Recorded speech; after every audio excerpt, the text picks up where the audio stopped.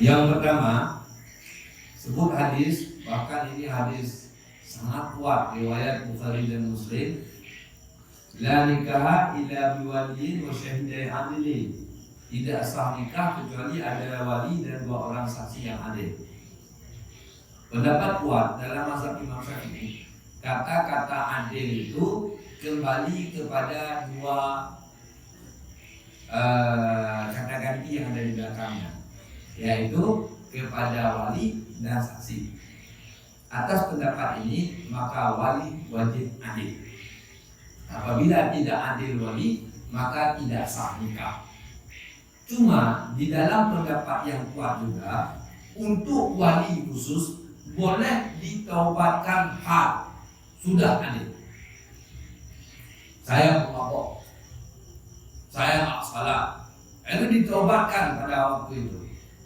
Sekarang Anda mesti taubat, ingat dosa, sesali begini. Sesal ya taubat, maka sudah adil waktu itu.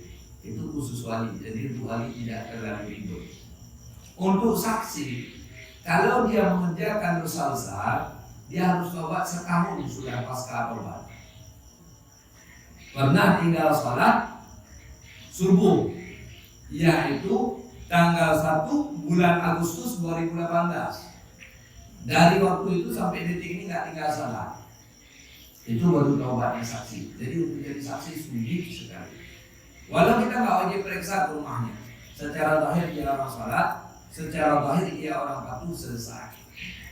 Jadi cuma untuk masalah waktu saksi ini caranya yaitu diramaikan lebih dari 4. Itu sudah kuat, walau pasek kumpul. Itu cara. Jadi, namun di dalam pendapat dhaif masalah wali boleh pasek. Dalam mazhab Imam Syafi'i radhiyallahu anhu, termasuk itu fatwa Imam Ghazali radhiyallahu anhu atau karimallahu wajhah. Andai tak ada pendapat ini, dan yang terjadi hari ini, rata-rata kita ini bibit wali pasek sama. Untuk bukti lihat kakek sendiri, baik kakek kita yang nikahi ayah kita sama kakek kita. Kalau wali pasek tidak kita pegangi sebagai pendapat yang diterima, maka kita anut bajil. Ini kita sendiri, nggak usah pikir orang lain. Bahkan ustadz itu punya mertua juga pasek, berarti anak ustadz itu anut bajil lagi. Maka pada masalah ini kita harus tolerir pendapat mereka. Kalau tidak ditolerir, kita wajib kejar orang-orang yang walinya pasek, sekarang dia tinggal di kampung kita, berarti dia berzina. Ini pendapat.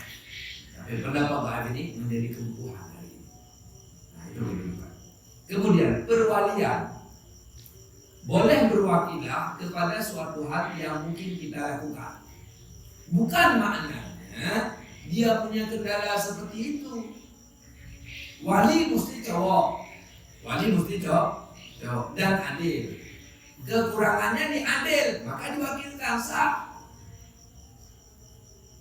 Kecuali dia perempuan, wakilkan nikah anaknya kepada orang, nggak sah karena dia cewek.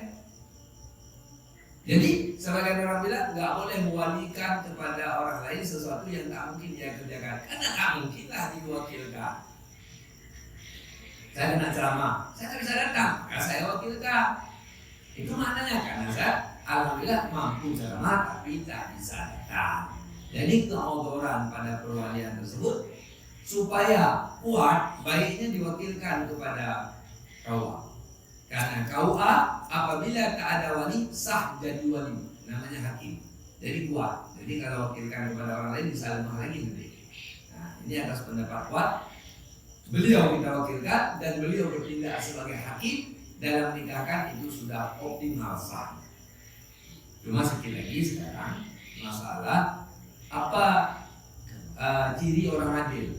Cirinya mudah, cuma 3. Yang pertama, adil itu tidak mengerjakan dosa besar. Saya tak pernah zina, apalagi mabuk juga, judi enggak juga. Salat tinggal itu dosa. Salat juga nggak pernah tinggal dosa. Agama kamu apa? Islam. Siapa Tuhan kamu? Allah. Apa itu Allah? berarti bodoh. Bodoh itu super dosa. Jangan anggap bodoh bukan dosa. Ini khusus kita anak kuliah. Kuliah, Tuhan gak kenal, cara salat gak ngerti, batal salat gak ngerti, mana ria, ujub, takabur gak ngerti.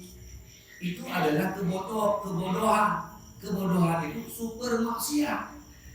Talabul ilmi farid, menuntut ilmu itu wajib. Makna ilmu di situ ilmu agama. Oh enggak Ustaz, kata dosen saya semua ilmu. Kalau begitu ya nggak bisa bengkel dosa sekarang. Nggak bisa ilmu kesehatan dosa karena itu ilmu semua. Tidak demikian. Ilmu agama yang wajib. Jadi ya, jadi boleh